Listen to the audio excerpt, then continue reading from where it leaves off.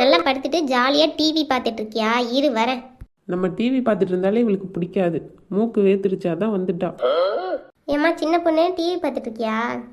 ஆமாத்த, பாட்டு கேட்டுட்டு இருக்கேன். வரீங்களா? நம்ம 2 பேரும் கேட்கலாம்.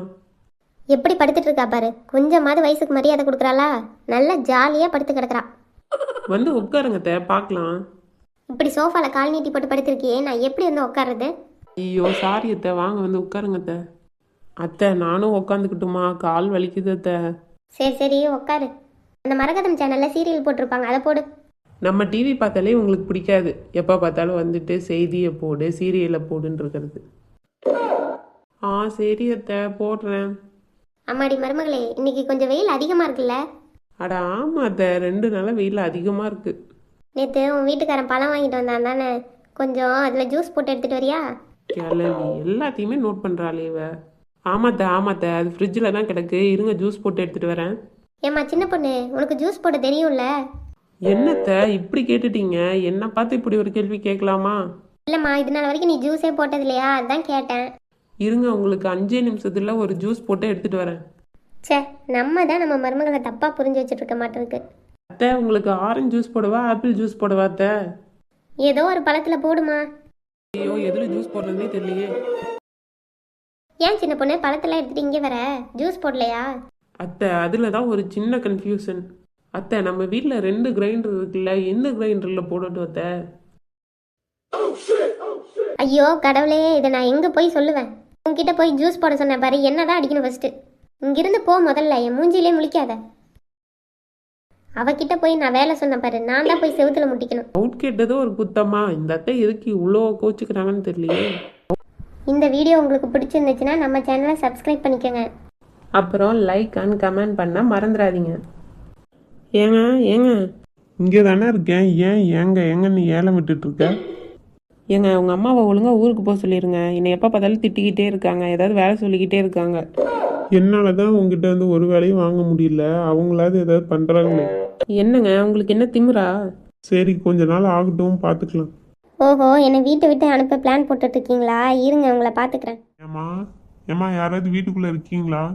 யார் வந்திருக்காங்க? ஏங்க, இங்க பட்டுன்னு யாராவது இருக்காங்களா? ஆமா, அது எங்க அத்தை தான். ஏன் கேக்குறீங்க? அம்மா, அவங்களுக்கு எல்ஐசில இருந்து லெட்டர் வந்திருக்கு. அவங்க வந்து கையெழுத்து போட்டாதான் நான் தருவேன். சரி இருங்க, நான் உங்களை கூப்பிடுறேன். அத்தை, உங்களுக்கு லெட்டர் வந்திருக்கு, வாங்க அத்தை. இந்தாங்கம்மா லெட்ரு. அந்த லெட்டரில் என்ன இருக்குன்னு நீயே கொஞ்சம் படித்து சொல்லிடுறேன்ப்பா. உங்க ஹஸ்பண்ட் இறந்ததுக்கு எல்ஐசில இருந்து பணம் வந்திருக்குமா? ஓஹோ, எம்பிட்டு வந்திருக்கு? 5 லட்சம்மா. சரி தம்பி, படித்து சொன்னதுக்கு ரொம்ப நன்றி. இனிமேல் இதை வச்சு என்னென்ன பண்ணுறேன்னு பாரு. வாங்களேன், உங்ககிட்ட ஒரு முக்கியமான விஷயம் பேசணும். என்ன, எங்க அம்மா சண்டை போட்டாங்களா? அதை தானே சொல்ல போற? ஏங்க, அதெல்லாம் இல்லைங்க. உங்களுக்கு விஷயம் தெரியுமா? உங்க அம்மாவுக்கு எல்ஐசில இருந்து 5 லட்ச ரூபா பணம் வந்திருக்கு, உங்க அப்பா இறந்ததுக்கு. 5 லட்சமா? அதுக்கேங்க இப்படி வாயை திறக்கிறீங்க? 5 லட்சம் இருந்தா நம்ம கடன் எல்லாம் கட்டிடலாண்டி. அதுதாங்க சொல்ல வந்தேன். எப்படியாச்சும் அந்த பணத்தை உங்க அம்மா கிட்ட இருந்து ஐஸ் வச்சு வாங்கிருங்க. அதெல்லாம் அவ்வளோ ஈஸி இல்லை சின்ன பொண்ணு. எங்க அம்மா அந்த விஷயத்துல கரெக்டா இருப்பாங்க. ட்ரை பண்ணுங்க.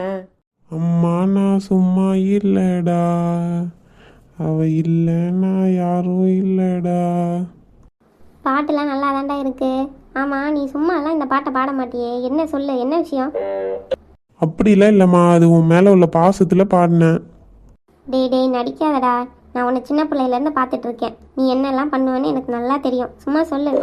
அம்மா, அது ஒன்றும் இல்லைம்மா, எனக்கு ஒரு 5 லட்ச ரூபா தேவைப்படுதுமா. எதுக்குடா அவ்வளோ பணம்? அம்மா, கடன் இருக்குமா கொஞ்சம், அதுக்காக தான் கேட்குறேன். என்கிட்ட ஏதுடா காசு? நீ தான் எனக்கே செலவுக்கு தருவ, என்கிட்ட கேட்குற?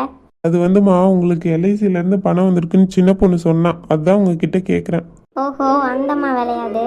உடனே சொல்லிட்டாளா அவங்ககிட்ட? எப்படி கோத்து விடுது பாரு பயப்புள்ள. நான் கூட பாசத்தில் தான் பாட்டு பாடுறேன்னு நினச்சேன். ஆமாம்மா, பாசம் தான்மா, உன் மேலே அவ்வளோ பாசம் வச்சுருக்கேம்மா. டேய் நடிக்காதடா. நீயும் உன் பொண்டாட்டியும் என்னை எப்படியாச்சும் ஊருக்கு துரத்தணும்னு தானே 2 பேரும் சேர்ந்து பிளான் போட்டுட்டு இருந்தீங்க. இப்போ என்கிட்ட காசு இருக்குன்னதும் என் மேலே பாசம் வந்துடுச்சோ? அச்சோ, கிளவி கரெக்டாக கண்டுபிடிச்சிருச்சு. அப்படிலாம் சொல்லவே இல்லைம்மா. சரி, நீ எப்போ காசு தர?